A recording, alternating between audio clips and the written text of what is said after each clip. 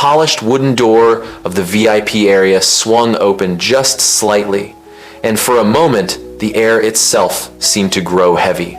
Ethan Blackwood, the VIP supervisor, squinted at the room key in the hands of the black man standing before him. No greeting, no smile, he snatched the card away, glanced at it, and smirked. The sharp clack of plastic hitting the marble floor echoed like an invisible slap. Julian Rhodes looked down, calm, his hands resting quietly in front of him, showing no reaction. Around them, a few high-end patrons exchanged glances, a mix of intrigue and doubt flickering in their eyes. Ethan cleared his throat and slammed the VIP door shut, blocking the path into a world of imported liquor, live music, and influence. This area, he emphasized, is not open to just anyone. His words fell heavy, leaving a chilling silence in their wake. For a few seconds, the grand hall seemed to freeze.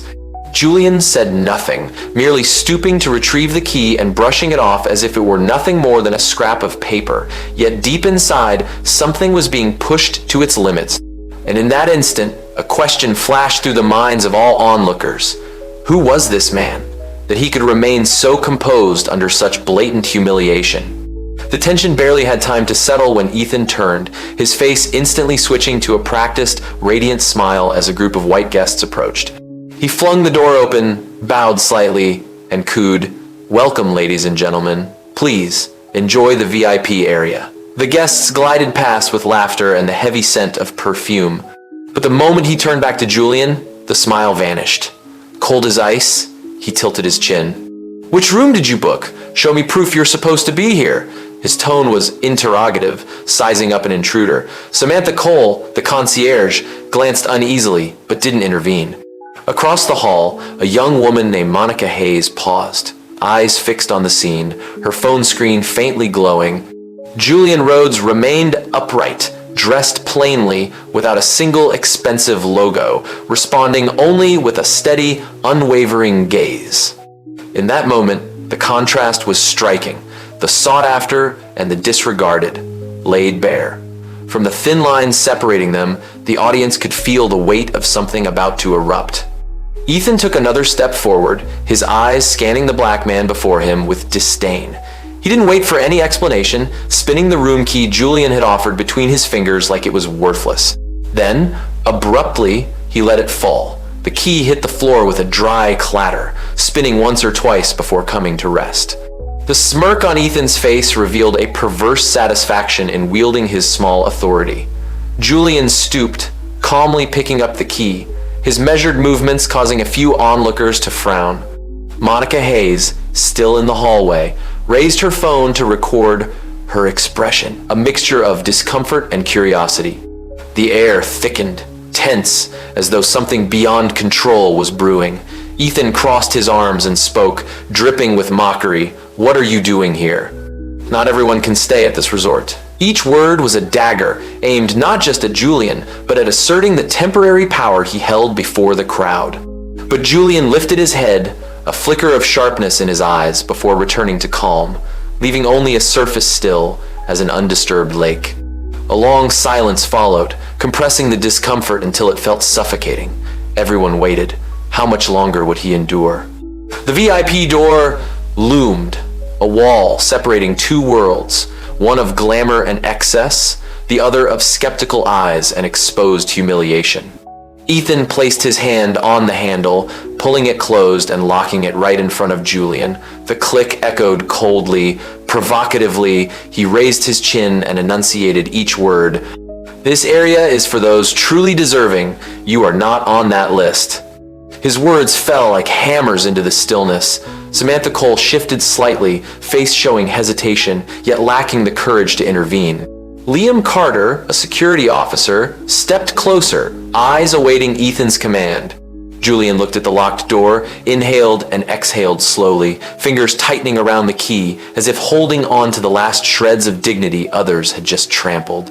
To the audience, this confrontation was no longer mere protocol. It was a clash of honor between a composed man and a man drunk on authority. A chuckle broke from somewhere in the hall, making the tension thicken even further. Ethan stood blocking the door, triumphant, while Julian remained silent, lips pressed lightly together. No words were needed. The line had been drawn, and the real conflict was about to ignite. The luxurious hall had become the stage for a public shaming. Ethan's voice carried, "You are not entitled to enter here. Please leave immediately." His tone was more sentence than request. Guests nearby turned, their eyes a mix of curiosity and contempt trained on the lone man standing. Julian stayed upright, eyes calm and dark, fingers twisting the repeatedly discarded key. His quiet defiance made Ethan's judgment all the harsher, like a blade striking fragile pride. Samantha Cole clutched her hands, lips parted to intervene but stopped, eyes flicking away. Ethan's victorious smile widened. He believed his temporary authority in a VIP uniform could crush anyone without the right look. Whispers spread among guests, a few shaking heads, others smirking. The space felt compressed. Julian was being cornered, yet he did not step back, fingers tightening around the key, eyes darkening as though waiting for the moment to turn the tables. In that instant, everyone could feel it. A storm was brewing beneath that calm exterior. The tension became an unspoken social trial, all eyes on the lone man. Some discreetly pulled out phones, filming the spectacle for amusement. Monica Hayes, however, lifted her phone deliberately, pointing it straight, tracking every gesture, every word. That choice made the atmosphere heavier, because everyone knew, once captured, this moment would never vanish. Ethan remained at the VIP entrance, chest out, voice projecting across the hall. "This resort isn't open to just anyone. We protect class here." His words cut like knives through the stifling air. Some guests nodded in agreement. A few frowned at the raw humiliation. Samantha Cole stepped half a step toward Julian, then froze, torn between duty and conscience. Liam Carter stood silently at the corner, eyes scanning for instructions. Julian Rhodes remained motionless, eyes reflecting the bright crystal lights above. His silence was no longer weakness, it was an invisible force, making all surrounding mockery shrink. While Ethan believed he controlled the game, the audience began to question, who is truly holding the power here?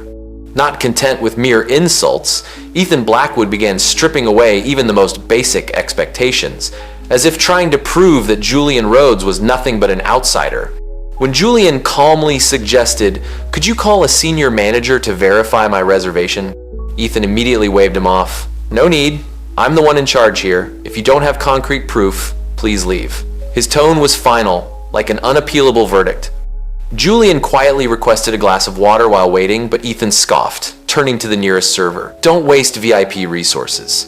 He's not a guest." A few in the hall chuckled along, while Samantha Cole pressed her lips tight, eyes flickering with awkwardness and shame for her colleague. Liam Carter, the security officer, glanced over but stayed silent, showing no intention to intervene. Julian spotted an empty chair nearby, but just as he moved toward it, Ethan swiftly stepped forward, sliding the chair back as if to deny him the right to rest, a subtle public humiliation in front of everyone. Julian didn't react. He merely placed his room key gently on the table and looked Ethan in the eye, unwavering. The contrast between Julian's composed demeanor and Ethan's brazen humiliation made the tension in the room almost unbearable. Unsatisfied with refusal alone, Ethan escalated his provocation as if determined to turn the entire hall into a stage for his false authority. He stepped close to Julian, feigning that the man was blocking his path, and lightly nudged him to take a step back. The gesture dripped with superiority.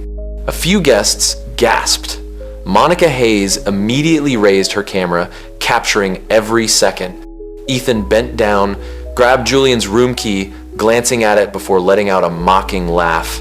He dropped it to the floor again, but this time he didn't stop there. He stamped his polished shoe down on it, the sharp crack echoing through the hall, sending shivers through everyone present. The room went silent. The key, once a symbol of VIP access, had become a public object of contempt. Julian did not lash out. He simply stood straight, eyes deep and unyielding, taking in every detail of the moment. Ethan lifted his head, arrogance spreading across his face, convinced he had humiliated the man in front of all. But Julian's calm silence became a dagger in reverse, making several guests shift uncomfortably. Monica whispered under her breath, "How is he even holding it together?" The echo of the crushed key lingered in everyone's minds, a challenge that had clearly crossed the line. After crushing the key, Ethan realized he had gone beyond rudeness, but instead of stopping, he sought to push Julian to the brink. He signaled Liam Carter, the nearby security officer, with a subtle nod and a jerk of his chin. "Remove him from this area immediately.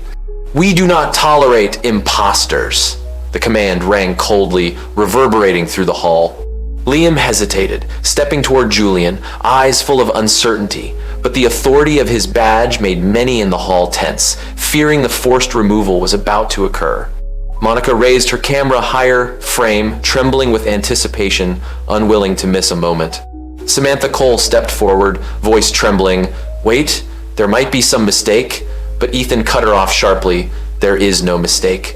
Julian remained still, eyes calm, watching every gesture. He subtly pulled a phone from his pocket and typed a brief message. The act was small, discreet, yet Monica zoomed in immediately. The tension mounted as if the entire resort were holding its breath, watching a man about to be dragged out simply for his skin color and modest appearance. Yet Julian's serene composure made everyone question, could he really be just an ordinary guest? The moment escalated further when Ethan, stepping closer, decided to make the humiliation physical. As Julian calmly held his phone, Ethan suddenly shoved him in the shoulder. The impact was mild, enough to make Julian stagger slightly. Instantly, a glass of water on the nearby table tipped over, soaking his chest. The sound of liquid spilling echoed, followed by sharp gasps from several guests. The hall froze, deathly silent. A woman murmured, "Oh my God." Samantha Cole's eyes widened in disbelief at her colleague's behavior. Liam Carter froze, unwilling to advance. Monica Hayes held her breath, her camera shaking from shock. Ethan maintained his mocking smile for a few seconds, but the enveloping silence soon turned against him. Julian bent slightly, hand brushing away the spilled water, slow and deliberate, yet filled with an invisible authority. He didn't yell or resist, just lifted the room key from the floor, clutching it firmly. His calmness, a complete contrast to the recent outburst, left the hall holding its breath. Everyone realized this was no longer merely a public humiliation, it was the beginning of a reversal. The hall remained suffocatingly silent. Ethan's arrogance faltered, his smile giving way to unease as he noticed no one laughing along anymore. Julian, soaked but unshaken, stooped to retrieve the repeatedly trampled key, wiping away remaining drops. His actions were calm, yet carried immense weight. Samantha Cole stepped forward, seemingly to intervene, eyes reflecting fear and shame. Ethan lifted his chin, about to bark another command, but Julian silently raised his phone and typed a short message. No explanation, no plea, just a simple call made in front of all. Monica zoomed in with her camera, heart racing. Julian slowly lowered the phone, standing straight, eyes calm as he surveyed the room. He didn't need to argue or defend himself. His silence stretched taut like a string about to snap. The atmosphere was so heavy that no one dared breathe too deeply. And in that stillness, an odd premonition spread. Something was about to happen that could completely change the course of events. Minutes later, the outside world intruded, breaking the frozen tension. The concierge desk phone rang sharply. Samantha Cole jumped, answering it to hear the firm voice of a senior manager. Her eyes widened, face pale, as she listened. Simultaneously, the computer screen flashed an urgent email. Confirmed, Julian Rhodes, principal investor of Azure Cove Resort. Immediate suspension of Ethan Blackwood pending investigation. Samantha nearly dropped the receiver, turning to stare at Ethan in horror. Guests began murmuring and rising from their seats. Monica tilted her phone to capture both the computer screen and the reactions of the staff. Ethan froze, pride replaced by panic. Liam Carter stepped back, abandoning the idea of forced removal. Julian remained unmoved, observing everything with calm eyes. He had not spoken, yet the truth was already emerging. The man humiliated from the moment he entered was not a minor guest, but the hidden owner of the place. Whispers rippled through the hall. He's the investor? The tide had turned, and anticipation for the final reversal reached a peak. The tension exploded as the office door swung open. A sharply dressed man rushed out, clutching a thick folder. His voice boomed so all could hear. Attention, Mr. Julian Rhodes is not an ordinary guest. He's the principal investor who built Azure Cove Resort. The declaration struck like thunder. Guests froze, some dropping glasses, others gaping in disbelief. Samantha Cole clutched the confirmation documents, trembling yet full of respect. Monica adjusted her camera, capturing every reaction, shifting from disdain to astonishment. Ethan Blackwood stood paralyzed, face pale, lips quivering, unable to speak. His mocking words now hung as daggers in reverse, exposing his petty arrogance. Julian didn't introduce himself. He merely nodded slightly, eyes scanning each face, weighing reactions. Truth needed no argument, no justification. In an instant, the balance of power had completely shifted, turning the humiliated into the true authority. The crowd understood judgment was inevitable. Tension gave way as the senior manager spoke, voice firm. Ethan Blackwood, you are suspended immediately. All actions have been recorded and will be filed. The verdict struck like a hammer. Ethan's shoulders slumped, eyes darting wildly for escape. There was none. All eyes in the hall now turned to Julian Rhodes, who had endured humiliation yet stood tall, dignified without raising his voice. He stepped forward calmly, then paused, voice warm yet decisive. Power does not come from the badge on your chest. It comes from how you treat others. The hall reverberated with his words. Samantha Cole bowed deeply, a silent apology. Liam Carter lowered his gaze, remorseful for his silence. Ethan stammered, powerless against the truth. The manager signaled other guards to escort him out. The room fell into solemn quiet, justice unfolding before all. Julian did not humiliate his opponent. He let actions and truth speak. That alone inspired more respect than any vindication could. Ethan's shoes clattered unsteadily as he was escorted out. No one laughed or whispered mockingly. Instead, spontaneous applause erupted. Monica lowered her phone, still snapping a few shots, eyes sparkling from witnessing a rare moment. Samantha stepped up to Julian, bowed deeply, voice choked. On behalf of all of us, I apologize. No more words were needed. Her sincere gaze said it all. Julian nodded slightly, hand resting on the repeatedly trampled key, as if closing a chapter of humiliation. But he did not stop at forgiveness. His voice, deep and resonant, carried across the hall. Respect is not a privilege, it is a principle, and I hope from today onward every staff member here learns to put people first. Guests nodded, some applauding in agreement. Samantha wiped away a tear. Liam Carter lowered his head, remorseful. Julian did not savor victory like a revengeful man. He subtly transformed the moment into a public lesson. This only deepened respect for him, spreading across the hall, replacing all prior disdain. Crystal lights overhead reflected down, bathing the hall in clarity, as if cleansing it of past shame. Julian Rhodes stood in the center, turning to face everyone. No microphone needed, his voice carried. Never judge a person by appearances. Respect is the foundation of all values and the reason this place exists. His words resonated, etched into every mind. The senior manager nodded repeatedly, ordering a complete retraining of the front desk and security staff. At the VIP entrance, a small sign was erected. Respect is the principle. Monica Hayes smiled softly, turning off her camera.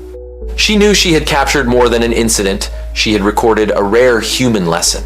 Julian stepped through the VIP doors that had once slammed shut in his face. He did not sit in the seat of power to flaunt authority. He sat like any other guest, blending in. The image, simple yet commanding, closed the chapter. From humiliation to respect, this journey had become undeniable proof of an eternal truth. True value lies not in appearances, but in how one faces and treats others.